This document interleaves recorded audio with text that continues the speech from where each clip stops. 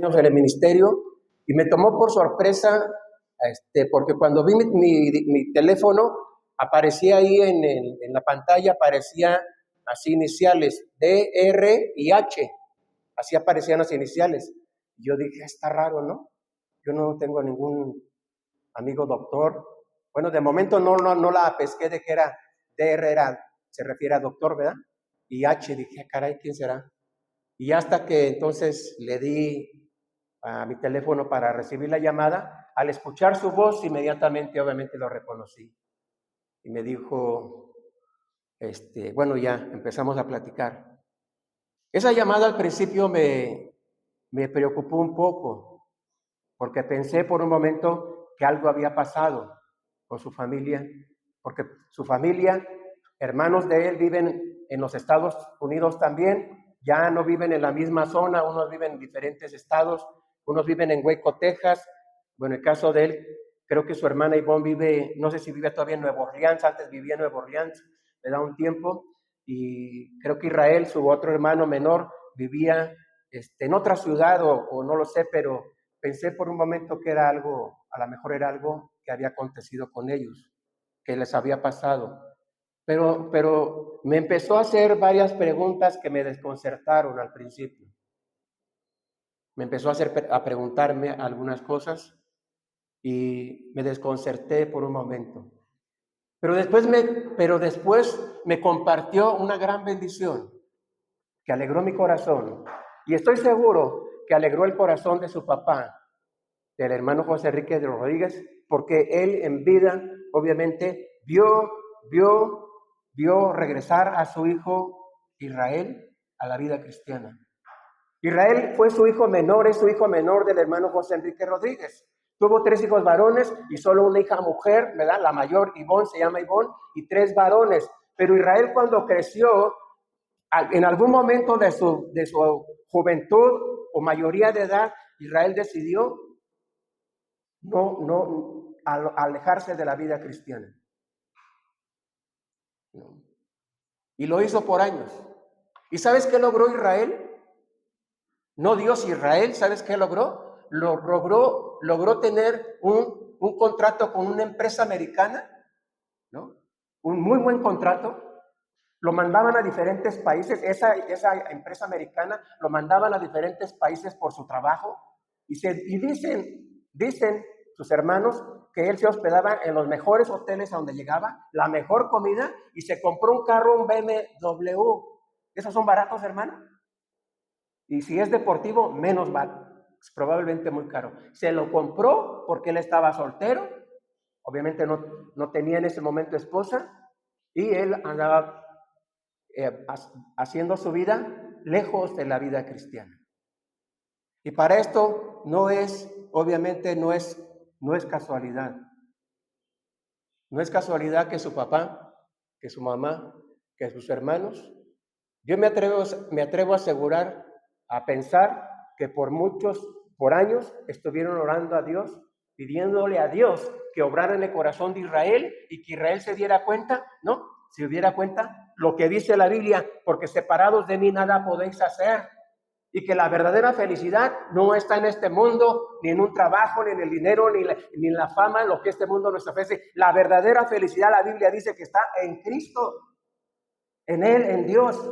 La verdadera felicidad, la verdadera seguridad está en Él. La verdadera paz está en Él, en las promesas de nuestro Dios, ¿verdad? Por eso Jesús le dijo a los discípulos: mi paz os dejo, la paz os doy. Yo no se las doy como el mundo se la da. No se turbe vuestro corazón y tenga miedo. Y antes de concluir con lo que me comentó Eber, recuerdo que una persona me compartió que esta persona dice, conocía creo que, no recuerdo quién me dijo, no sé si fue uno de nuestros hermanos, pero bueno, me platicó de un hombre que había acumulado riquezas y riquezas y bienes, pero había descuidado a su familia.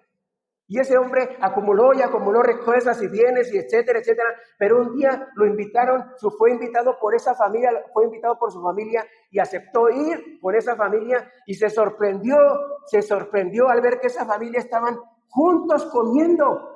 Juntos. Y ese hombre dijo, yo daría todo lo que tengo porque mi familia hubiera estado así comiendo juntos ¿no?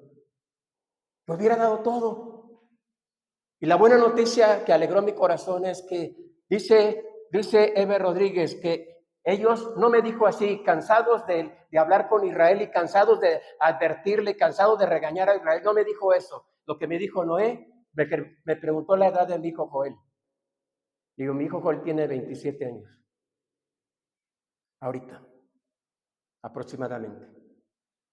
Me dijo Noé, cuando yo confronté a Israel, mi hermano, Israel tenía 27 años de edad. Y yo un día lo cité y le dije a Israel, quiero hablar contigo. Y él aceptó. Y Eber le dijo a su hermano Israel, que es menor que él, le dijo, es la última vez, esta es la última vez que yo voy a hablar contigo. Ya no voy a hablar contigo después de esto. Y quiero decirte que en este momento, lo que le pase a mis padres, lo que a ellos les pase, yo te voy a culpar a ti de lo que le pase a ellos. Porque ellos se preocupan por ti, porque ellos han llorado por ti, porque ellos han insistido por ti y tú no quieres hacer caso. Dice Noé. Y Israel se fue. No me dijo nada. Otras veces peleábamos, otras veces argumentaba él, otras veces quería poner sus argumentos o culpar a los hermanos, o culpar a las iglesias, o culpar otras veces, pero ese día, esa vez, no me dijo nada. Se fue, ¿no? Se fue. Dice, y entonces yo me quedé pensando. Y a los 3 o 4 días recibo una llamada de Israel. Y le dice Israel a Eber, ¿qué tengo que hacer? ¿Qué es lo que tengo que hacer? Y Eber le dijo, lo primero que tienes que hacer es renunciar a tu trabajo. Eso es lo primero que tienes que hacer. Y lo segundo que tienes que hacer es vender tu carro, ese BMW que te compraste. Eso es lo segundo que tienes que hacer. Y dice, y colgué el teléfono. Lo colgué. Fue todo lo que le dije. A los pocos días, Israel le llama a Eber y le dice, ¿qué más? ¿Qué más tengo que hacer? Ya renuncié a mi trabajo. Ya había vendido su carro. Y le dijo, ¿y ahora qué hago? ¿Qué más tengo que hacer? Y Eber le dijo, ahora ponte al servicio de mi papá. Ayúdale a mi papá. Porque el hermano José Enrique en ese tiempo, con la ayuda de Dios y por guía de Dios con su esposa, estaban iniciando una obra nueva en una zona de los Estados Unidos, en una parte de los Estados Unidos. Estaban iniciando una iglesia nueva. Y Eber le dijo, ponte al servicio de mi papá. Si él te pone a barrer, barre. Si él te pone, si mi papá te dice, acomoda las sillas, acomoda las sillas. Lo que mi papá te diga, eso debes hacer. Y Israel lo hizo. Apoyó a su papá un año, y en el siguiente año, al parecer, fue cuando el hermano José Enrique partió a la presencia del Señor. Hoy día, Israel se casó con una mexicana, no con una extranjera. Vino a casarse aquí con una jovencita. Yo no la conocía ella, pero hay una iglesia bautista. El pastor se llama, ahorita me voy a acordar. Bueno, una jovencita que era miembro de esa congregación, era su novia de Israel. Israel obviamente vino, se casó con ella y se la llevó a vivir a Estados Unidos. Hoy Israel y su esposa tienen una hija ya. ¿Y sabes quién es el pastor de esa iglesia? Israel. Está pastoreando esa iglesia. Y eso trajo a mi corazón esperanza. Porque si Dios pudo hacer eso con Israel, pensé, lo puede hacer con mi hijo. Y qué bendición tuvo que haber sido para mi pastor, el hermano José Enrique. Qué bendición tuvo que haber sido para la hermana Juanita, de ver a su hijo regresar, de ver a su hijo, ese hijo, ¿verdad? Que había ganado fama, que había ganado dinero, que estaba ganando dinero, que había ganado tal vez popularidad en esa empresa, no lo sé, pero que su hijo estaba lejos, alejado de la vida cristiana y expuesto a todo lo que este mundo les ofrece, no solo a los jóvenes, ¿no? Pero qué bendición tuvo que haber sido, me imagino yo, que mi pastor, el hermano José Enrique, ver regresar a su hijo, ¿verdad? A su Benjamín, a su hijo menor, Israel, al camino del Señor. ¡Qué bendición! Así que, hermana Connie, hay esperanza. ¿No hay esperanza? Sí, hay esperanza. Porque nuestro Dios sigue siendo el mismo ayer y hoy y por los siglos. Y Él lo puede hacer.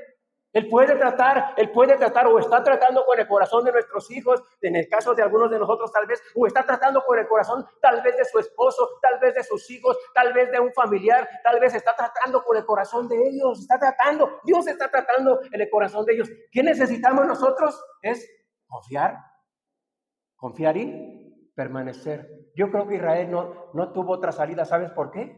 Yo me imagino que Israel no ha hablado con él. Pero me imagino que si Israel volteaba a ver a su papá y a su mamá y a ver a sus hermanos, ¿verdad? Sirviendo al Señor. No le quedaba otra de que decir, pero ¿con quién más me busco una excusa, un pretexto para culpar y tratar de justificarme delante de Dios, etcétera, etcétera? Y yo creo que Israel, si volteaba a ver a su familia, ¿verdad? Muy probablemente, lo que encontró siempre fue una familia sirviendo fielmente al Señor. Por eso la importancia de que nosotros nos mantengamos firmes y no desmayemos. Después de llamar con Ever y de platicar de algunas otras cosas, Dios puso en mi corazón este tema que te quiero compartir. Estuve batallando durante la semana. Estuve batallando porque este tema inmediatamente volteó mi corazón y dije, no, Señor, no es esto. Mejor, y estuve orando durante la semana, orando, pero una vez más volvía, hasta que dije, Señor, muy bien, esto es lo que tú quieres que darnos a conocer, esto es lo que tú quieres que aprendamos tus hijos, esto es lo que tú quieres que veamos, que tratemos con la iglesia, con tu pueblo, el pueblo de Dios.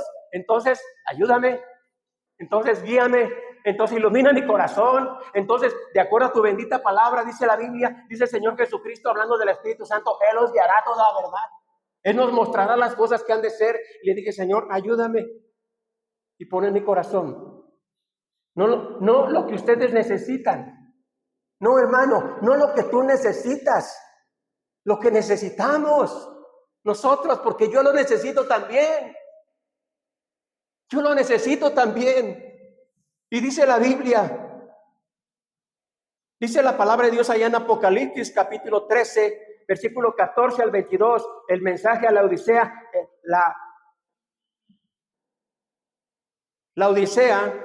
Bueno, hace un momento el hermano Carlos mencionó algunas cosas importantes con respecto a este pasaje bíblico. Pero quiero darte unos datos históricos primero para tener un contexto. ¿Qué era la Odisea?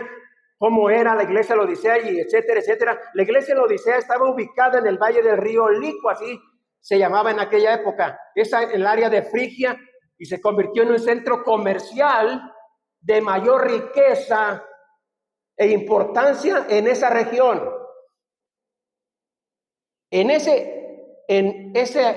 Era conocido, la Odisea o esta ciudad era conocido por 3 industrias principales. 3. La primera era el préstamo de dinero. Sigue siendo revitable, ¿verdad? Eso en el mundo, ¿verdad?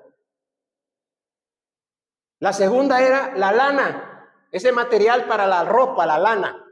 Era la segunda industria muy importante en ese tiempo. Y la tercera era la medicina. En particular, el colirio, que era una solución salubre para los ojos. Estas tres industrias eran de suma importancia y que le daban valor, ¿verdad?, a esta ciudad en todos sus alrededores.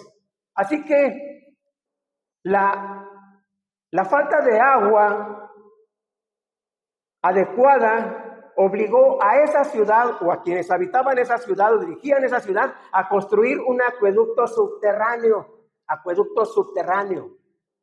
Las tres industrias, así como el suministro de ese acueducto de agua potable, formaron parte del mensaje en esta carta. Es decir, Dios usó a Juan para darle esta revelación que nos narra aquí, ¿verdad?, en el capítulo 3, el mensaje a la Odisea, usando esos elementos o esas circunstancias que la Odisea estuvo viviendo por tiempo.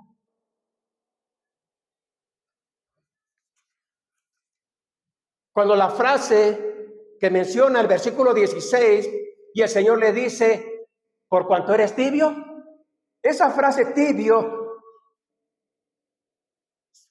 se refiere, hermanos, que cerca de ahí se encontraba también una ciudad llamada Hierápolis, que era famosa por sus aguas termales, esa ciudad. Así como Colosas era conocida en el mundo antiguo por su abundancia de manantiales montañosos, Colosas era conocido por eso, sus montañas y esas manantiales, ¿verdad?, que proveían de las montañas. Así, en cambio, la Odisea tenía agua tibia y sucia, que corría a lo largo de kilómetros, esos subterráneos. Corría ahí, un agua tibia y sucia. Los visitantes que no estaban acostumbrados a consumirla, casi siempre la escupían de inmediato, porque no estaban acostumbrados, ¿no? La iglesia en la Odisea no era fría en el sentido de rechazar a Cristo abiertamente. No, a eso no se refiere. Ni era caliente o llena de celo o vigor espiritual. En realidad, sus miembros, esto suena duro, pero es la verdad, sus miembros eran hipócritas y tibios, porque profesaban conocer a Cristo, decían conocer a Cristo, pero en realidad no le pertenecían. Dice el Evangelio de Mateo capítulo 7, si lo quieres buscar, lo puedes buscar, me puedes acompañar. Dice la palabra de Dios en base a esta declaración, Mateo capítulo 7, versículo número 21, dice la palabra de Dios: no todo el que me dice, Señor, Señor, entrará en el reino de los cielos, sino el que hace la voluntad de mi Padre que está en los cielos. Y sigue diciendo, versículo 22, muchos me dirán en aquel día, Señor, Señor, ¿no profetizamos en tu nombre y en tu nombre echamos fuera demonios y en tu nombre hicimos muchos milagros? Versículo 23, y entonces les declararé. Si estás ahí, ¿qué dice la Biblia? Nunca, léelo conmigo, por favor, dice, nunca os conocí, apartados de mí, hacedores de maldad. La frase siguiente que dice el Señor, te vomitaré de mi boca, al igual que el agua sucia y tibia de la Odisea, estos hipócritas que insistían en engañarse a sí mismos eran nauseabundos para Cristo. Por eso el Señor dice, te vomitaré de mi boca. Le producían náuseas, así como el agua tibia y sucia que producía, que tomaban algunos personas ahí en ese tiempo. Por eso, hermanos, el Dios de la Biblia es el enemigo de la neutralidad. Es por esto que constantemente Él en su palabra nos muestra ejemplos. Él nos dice constantemente su palabra. Por ejemplo, dice el Señor Jesús, dijo el Señor Jesús, el que conmigo no es, el que no es conmigo, contra mí es. El que conmigo no recoge, desparrama. Y no solamente, también dijo el Señor Jesús, no se puede servir a dos señores. ¿Recuerdas cuando les dijo, no puedes servir a dos señores? No se puede. O sirves a uno o sirves al otro. Y no solamente eso, hermano, también el Señor Jesús, usando una figura de retórica, también dijo el Señor Jesús, el árbol bueno, ¿qué da? Un fruto bueno. Así como también el Señor dijo, ¿no? ¿Acaso puede la higuera producir higos y la vid, etcétera? ¿Verdad que no? Y no solamente eso, dice Dios a través del apóstol Santiago, hablando acerca de una fuente de agua. ¿Acaso puede una fuente de agua echar por la misma abertura a la vez agua dulce y agua salada? ¿Sí puede? No, no se puede. Nuestro Dios, el Dios de la Biblia, Él es enemigo de la neutralidad. De ser, o en otras palabras,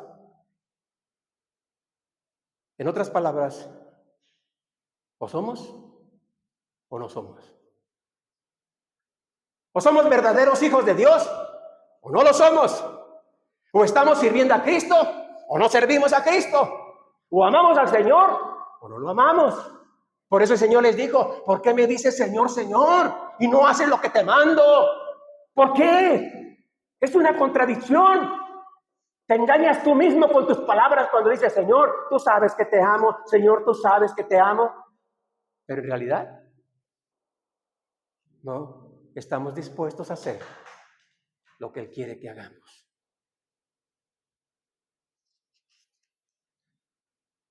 O estamos comprometidos con su obra, o no lo estamos. No son medias tintas, hermano.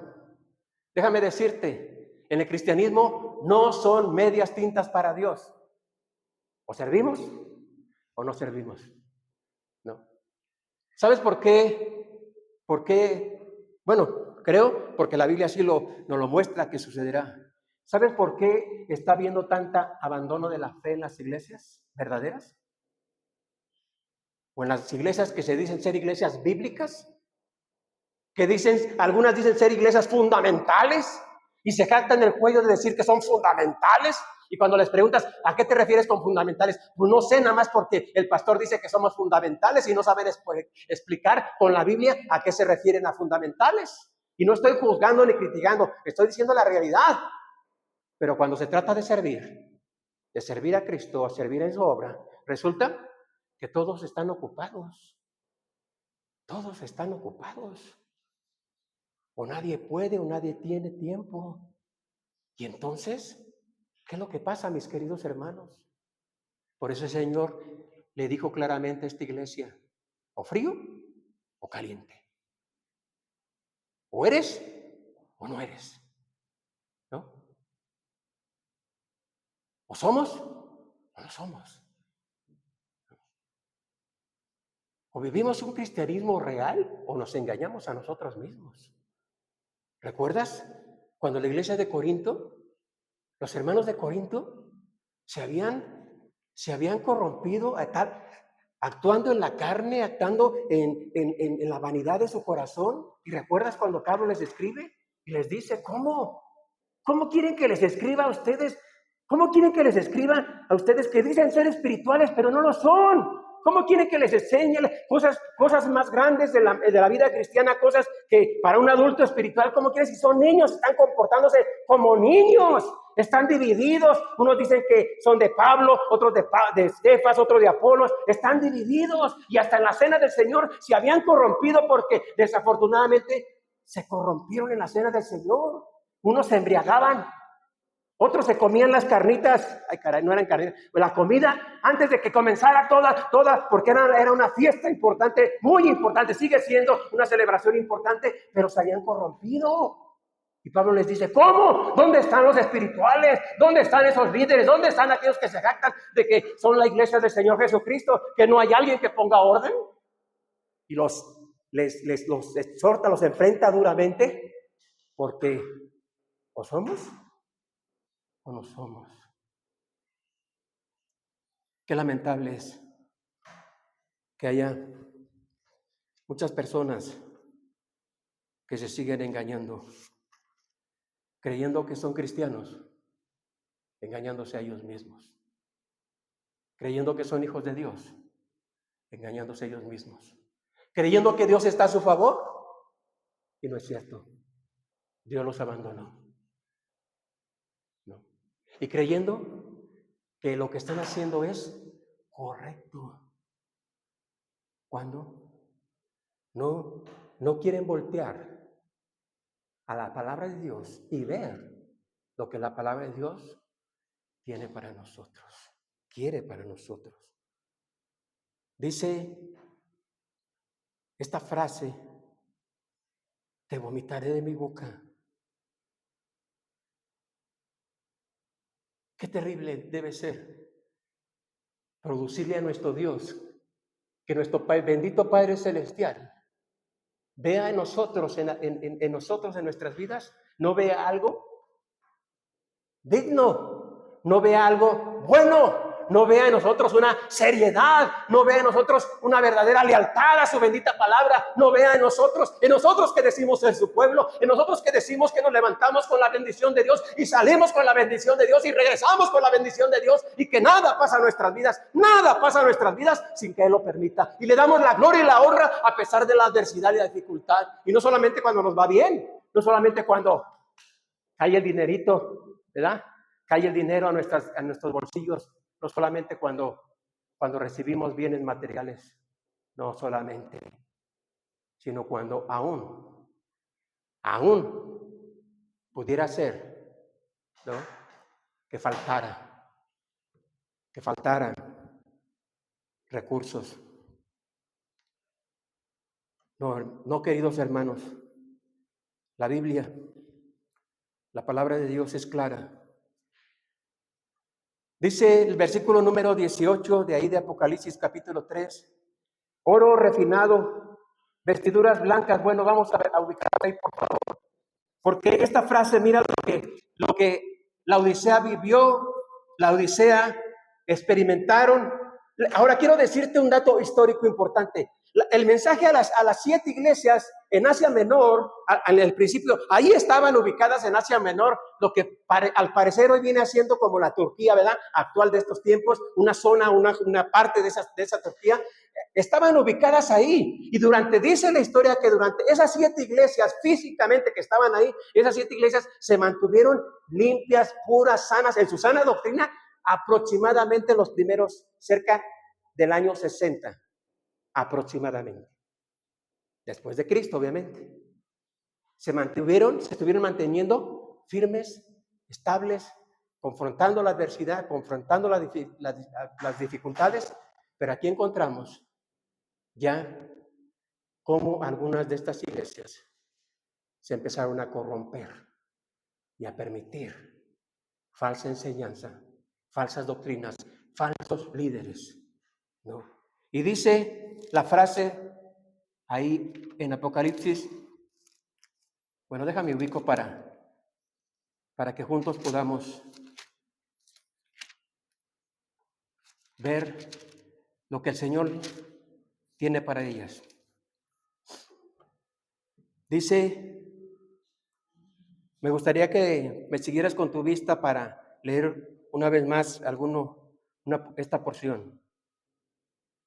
Dice el Señor, escribe el ángel de la iglesia en Odisea, aquel amén, el testigo fiel y verdadero, el principio de la creación de Dios, dice esto. Versículo 15, yo conozco tus obras, que ni eres frío ni caliente. Ojalá fueses frío o caliente. Pero por cuanto eres tibio y no frío ni caliente, te vomitaré de mi boca. Versículo 17, si estás conmigo, por favor, leámoslo en voz alta. Dice la palabra de Dios, porque tú dices, yo soy rico y me he enriquecido y de ninguna cosa tengo necesidad. Y no sabes que tú eres un desventurado, miserable, pobre, ciego y desnudo. Qué importante, hermanos. Fíjate lo que Dios le dice a la iglesia, a estos hermanos de la iglesia. Tú dices que eres rico. Tú dices, ¿no?, y que no tienes necesidad de nada. ¿Sabes?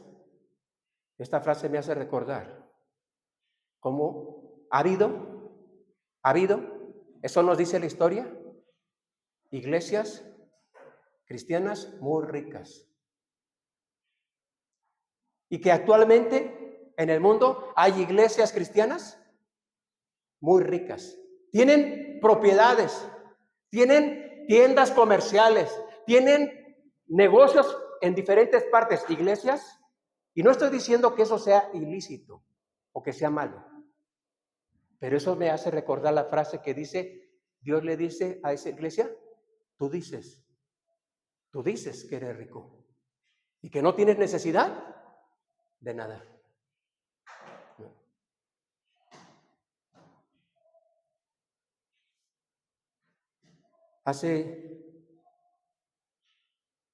Ever estuvo pastoreando una iglesia en Waco, Texas.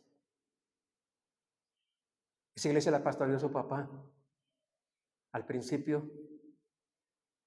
Y al principio por varios años haciendo la labor de evangelismo, visitación, discipulado, bautizar a la gente y capacitarla, enseñar a los que se convertían.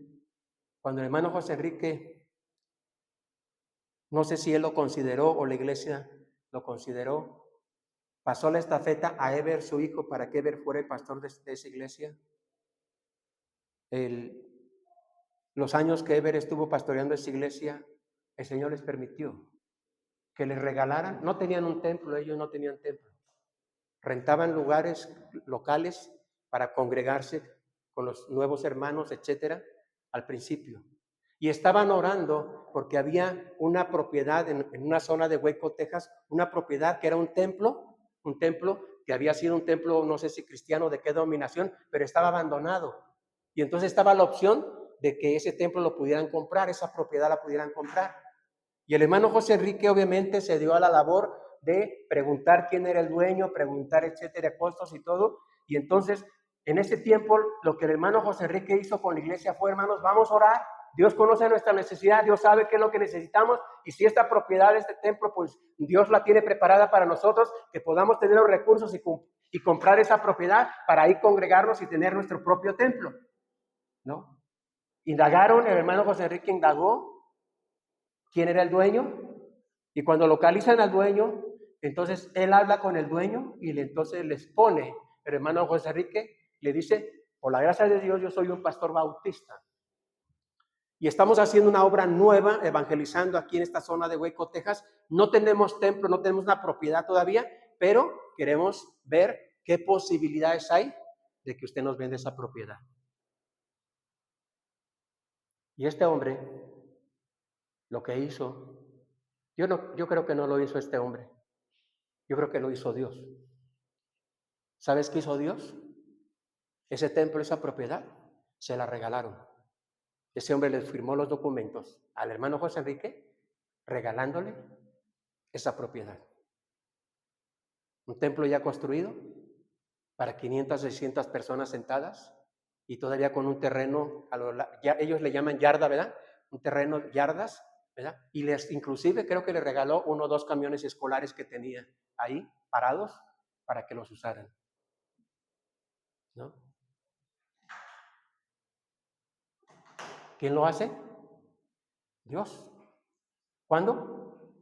Cuando se necesita, cuando se requiere, cuando es su tiempo, cuando es su voluntad, cuando es lo que realmente la obra de Dios necesita.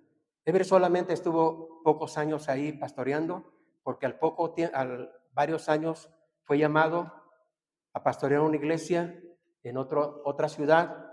Lucia es Indiana, sí, creo que es en Indiana, Hammond, Indiana, por ahí va el nombre.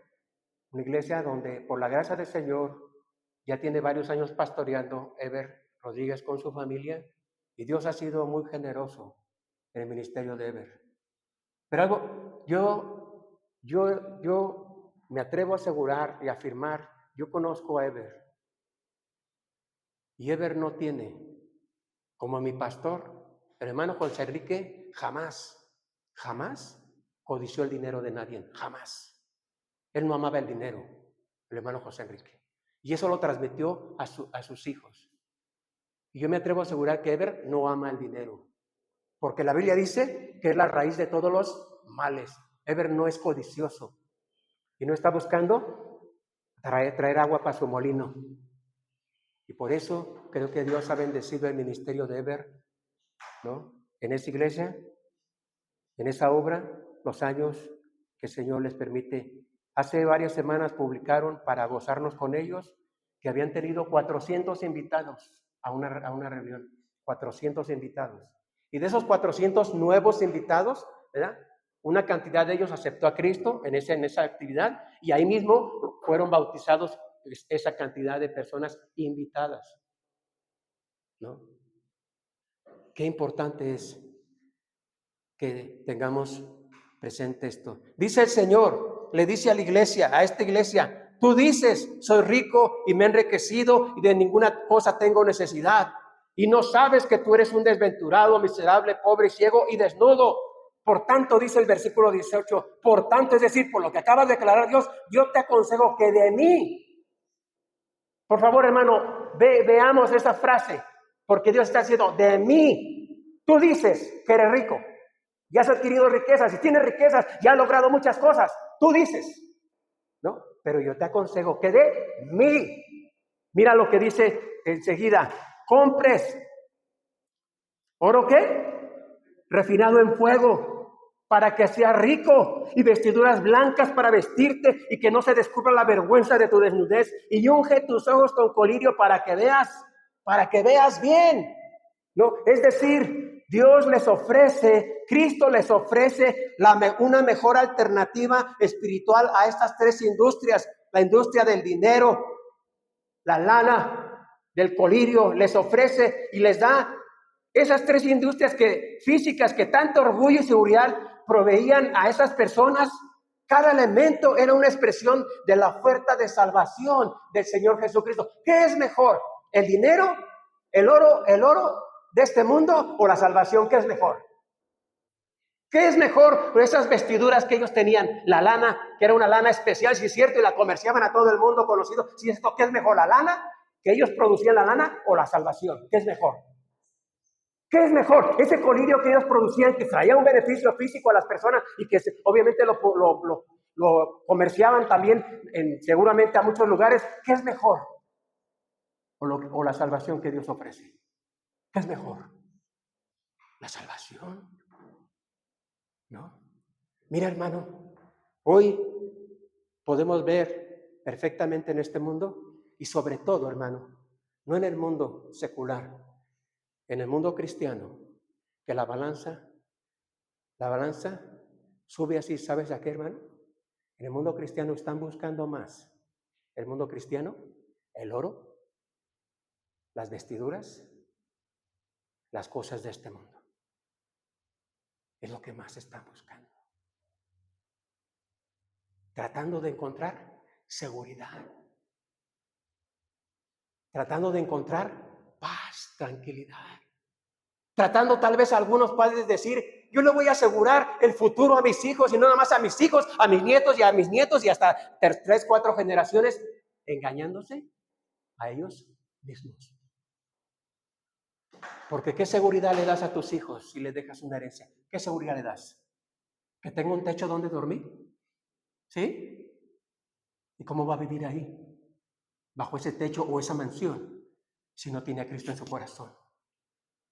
Seguramente va a malgastar y desperdiciar, y no va a disfrutar. ¿Recuerdas la historia de ese hombre que acumuló riquezas y riquezas y riquezas?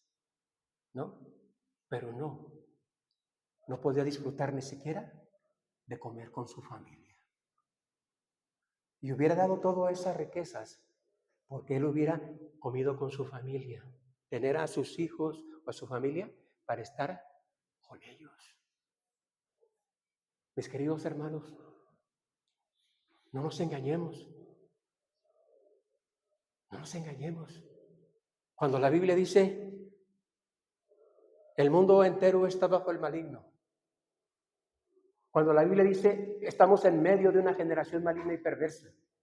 Cuando la Biblia dice, y por haber crecido la maldad en el mundo, el amor de muchos se enfriará. Tal vez al grado de llegar, como la iglesia de la Odisea llegó, a ser tibios. Tibios. No seamos de esos cristianos mediocres, hermano. ¿Y sabes mediocres Parece una palabra ofensiva, ¿verdad? ¿Sí es una palabra ofensiva? No lo es. Es una palabra que está estableciendo algo que está en medio, nada más, ¿no? Que está haciendo diferencia entre un punto y otro punto, ¿no? O sea, la mitad. Y si lo llevamos en el asunto de los trabajos, por ejemplo, del trabajo secular, ¿no? ¿Qué es mejor? O sea, un ingeniero y un obrero, ¿están a la misma par? ¿Están a la misma altura? No, no. O sea, de acuerdo a su oficio, no. El ingeniero, el arquitecto, el abogado, el doctor, etcétera, etcétera, está por encima. ¿De acuerdo? No a la capacidad, sino al oficio. No es una palabra ofensiva, es una palabra. La mediocridad es una palabra que designa quién se pone en medio, ¿no? Bueno, yo no le voy ni a las Chivas ni a la América, ¿no? Bueno, yo no estoy en contra ni de que roben, ¿no? O que no roben. Bueno, yo no estoy en contra de los homosexuales o las lesbianas o los transexuales. Yo no estoy en contra. Yo me voy a poner en un punto medio, mejor no abro la boca, ¿no? Qué peligroso. Yo no. Qué peligroso, ¿no? Porque Dios es enemigo de la neutralidad o de la mediocridad. Dice la Biblia, Dios está airado contra el impío. El Salmo número 7. También otras porciones. Y no solamente está airado, dice el salmista, ha preparado su espada y su arco. Los ha preparado. ¿Para qué? Para darle retribución o la recompensa. ¿A quién? ¿A quién? Al impío. Al que es indiferente. Al que dice, no tengo tiempo, no me interesa, ¿no? Yo soy un ambientalista, yo no me meto con religiones, ¿no? Ayer veía una publicación del hermano Postwasher, por ahí va el nombre, ya casi ya lo estoy aprendiendo, ¿verdad? A pronunciar hasta el inglés, ya me estoy letrando. Y decía el hermano, ¿no? Acerca de eso, ¿no? ¿Sí lo viste, hermano? ¿Sí lo vieron? La publicación del hermano, parte de la publicación de un sermón, ¿no lo vieron? ¿No? Dios es enemigo de las religiones. Ninguna religión salva. Los musulmanes no se van a salvar. Cualquier grupo religioso no se va a salvar por ser parte de ese grupo. No, la salvación, dice la Biblia, está en Cristo, una persona. El que salva es Cristo y no en ningún otro hay salvación. Solo Cristo salva. La salvación está en Él. La vida eterna está en Él, no en la religión. Así que si tú perteneces a una religión, confiando en esa religión, no te vas a salvar. No porque lo diga el hermano Paul Washington, o que lo diga Vázquez, o que le diga José Enrique, o que lo diga el hermano Lomelí. ¿Sabes por qué no? Porque lo dice Dios, lo dice la palabra de Dios. Por eso que en ningún otro hay salvación, solo en Él. No. Como ya hemos visto, hermanos, Dios dice o frío o caliente. ¿Qué clase de cristianos somos? ¿Cómo estamos actuando en este mundo? Y sobre todo recuerda, hermano, que Él no acepta, Dios no acepta que seamos tibios. Porque Él dice, por cuanto eres tibio, te vomitaré de mi boca. Por tanto, ¿no? O somos fríos o somos calientes, ¿no? Cuando Carlos nos compartió hace rato lo que él está estudiando y experimentando, estudiando el libro de los Hechos, vino a mi mente aquella declaración del profeta Jeremías, cuando dice Jeremías en el capítulo, me parece que es el 19 o el capítulo 20 del libro de Jeremías, y dice Jeremías, le dije a Dios, ¿no? Me sedujiste y fui seducido, más fuerte fuiste que yo, porque Jeremías se había propuesto en su corazón, ya no hablaré más en tu nombre, ya no voy a decir más en tu nombre, mas sin embargo dice Jeremías, había en mi interior como un fuego ardiente, traté de resistirlo y no pude. Ese fuego ardiente, en algún momento, hermano, en tu vida, en algún momento de nuestra vida, Cuando aceptamos a Cristo como nuestro Salvador, cuando recibimos el Evangelio de la salvación, ardió nuestro corazón, sentimos el fuego. Y no me quiero referir a esa experiencia que algunos grupos cristianos presentan, ¿verdad? Para pretender hacerle creer a la gente que si brincas y echas maromas, ¿verdad? Y danzas en el Espíritu, entonces tienes el Espíritu de Dios. Has recibido el Espíritu de Dios. No me quiero referir a eso. Me quiero referir a esa experiencia verdadera que dice la Biblia. Porque el que está en Cristo es una nueva criatura. Las cosas viejas pasaron. Y aquí todas son hechas nuevas. Es el fuego, el celo de haber nacido por la gracia de Jesús a una nueva vida. Pero no solamente eso también, hermano, sino también el celo y el fuego ardiente de mantener nuestra vida cristiana y nuestra comunión con nuestro Dios. Ese celo verdadero. Ese celo verdadero por la bendita palabra de Dios. Ese celo verdadero que dice en el libro de los Hechos, dice que en varias ocasiones a los apóstoles se les quería prohibir que no hablaran más en el nombre de Cristo, ya no hablen más en ese nombre. Y algunos de ellos dijeron, juzguen ustedes mismos, juzguen, es decir, les pregunto a ustedes mismos, ¿qué es más importante? ¿Obedecerles a ustedes o obedecer a Dios? ¿Qué es? ¿No? ¿Y qué hicieron ellos? No hicieron caso de lo que los gobernantes les dijeron. ¿Os hicieron caso? No. Los golpearon, ¿verdad? Les dieron sus varazos y aún así salieron gozosos de ser dignos de haber sido azotados por causa del Evangelio de Jesús. ¿No? Hermano, ¿no dice la Biblia que es mejor sufrir por hacer el bien que por hacer el mal? Hermano, ¿no es mejor que la gente, aunque la gente se burlen, tus amigos, tus familiares, nuestros vecinos, se burlen de nosotros, si fuera el caso, se burlen de nuestra vida cristiana? ¿No es mejor eso que tratar de seguir las corrientes de este mundo? ¿O vivir una vida cristiana a medias? A ver si. Señor, a ver si puedo. Señor, espérame a ver si. ¿No? Conocí una familia, bueno, varias, pero una que decía, hermano, mis hijos son pequeños, tengo que ver por ellos, no puedo ir al templo, tengo que trabajar mucho para darles lo que ellos necesitan. Y yo le decía, ¿y no confías que Dios te puede dar lo suficiente para que sostengas a tus hijos? ¿Sabes qué? Sus hijos crecieron, se casaron, se fueron. Y algunos de ellos, después que los vi, ¿sabes ahora a quién están cuidando? A sus nietos. Porque sus hijos no pueden sostener a sus hijos y ahora ellos están cuidando a sus nietos. ¿Les transmitiste? ¿Se les transmite esas malas enseñanzas? Y sobre todo, hermano, personas que dicen que son cristianos. Entonces, ¿dónde está tu Dios? ¿Dónde está nuestro Dios? ¿No? Eso lo hacen las personas sin Cristo. Eso lo hace el mundo sin Cristo. Ellos buscan eso, buscan la seguridad, la confianza en el trabajo, en las cosas de este mundo, un mejor pueblo, un mejor empleo, una mejor casa, una mejor, etcétera. Ellos, eso es lo que buscan ellos. Pero nosotros, ¿qué dice la Biblia que debemos buscar? ¿Recuerdas? ¿No dice la Biblia que debemos buscar primero el reino de Dios y su justicia? Y después dice, y todas las demás cosas vendrán por añadidura. Y no solo eso, dice Colosenses capítulo 3, si pues habéis resucitado con Cristo, pon la mira en las cosas de arriba, donde está Cristo sentado a la diestra del Padre Celestial. Hagamos tesoros en el cielo, donde el ladrón no hurta, ni orín corrompe. Y hermano, yo no digo que espero que no te pase a ti, ¿no?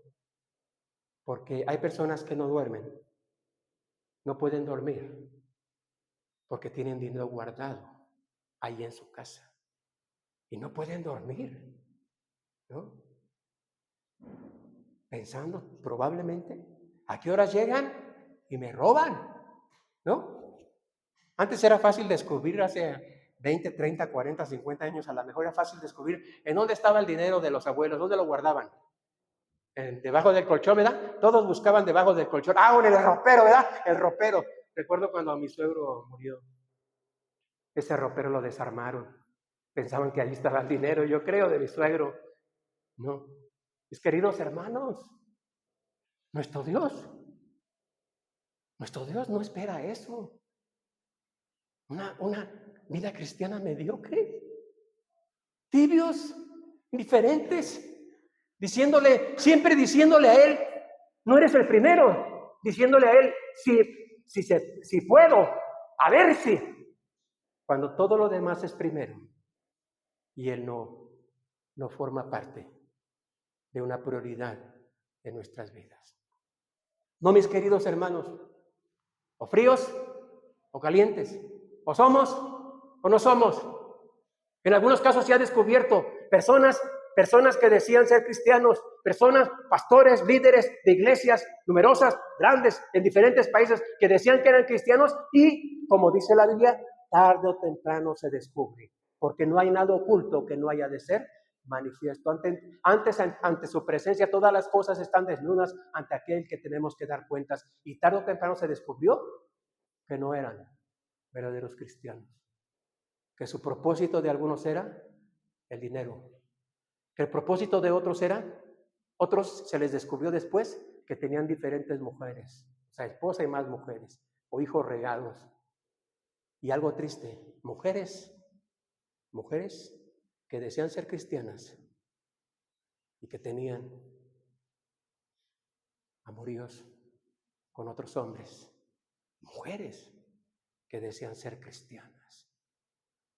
El engaño de Satanás sigue siendo real. El engaño de Satanás y también de nuestra propia concupiscencia.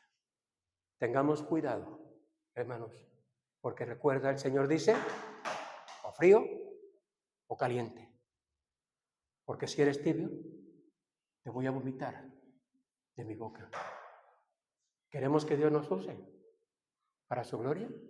Entonces, limpiemos nuestras vidas y, como dice el Señor, de Él, oro refinado en fuego y vestiduras blancas y colirio. ¿Para qué? Para que le podamos servir como Él merece y dejar de ser fríos y tibios para estar calientes o fervorosos sirviendo en su bendita obra. Oremos para terminar con este tiempo. Padre nuestro que está en el cielo, una vez más, Señor, queremos rogarle en el nombre bendito de su Hijo, que no permita, Señor, si alguno de nosotros, de los que estamos aquí, estamos viviendo un cristianismo tibio, mediocre, en este momento, Padre, le pedimos que nos perdone, que nos lave de toda maldad, que nos vea solamente a través de la sangre bendita de su Hijo Jesucristo, y que a partir de hoy, Señor, nos ayude a dejar de ser esos cristianos mediocres o tibios, a no ver más con indiferencia su obra, a no ver más con indiferencia, Señor, su bendita palabra, a no ver más con indiferencia o dejar o postergar las cosas principales de su palabra, como es la oración, el escudriñar su palabra, el testificar, el vivir vidas santas. Ayúdenos, Señor. Ya no queremos ser. Dice el canto, ya no quiero ser igual. Renuévame, Señor Jesús. Ya no queremos ser, Señor. Queremos llegar a ser una iglesia viva, una iglesia activa, una iglesia que realmente, Señor, tengamos fervor y amor por el evangelismo y las almas que están caminando a eterna perdición. Y nosotros no estamos haciendo nada. Ayúdenos, perdónenos, lávenos, Señor, y tómenos en sus benditas manos. Y esperamos, Señor, que no echemos en saco roto su bendita palabra.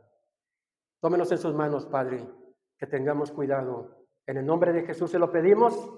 Amén. Bien, hermanos, vamos a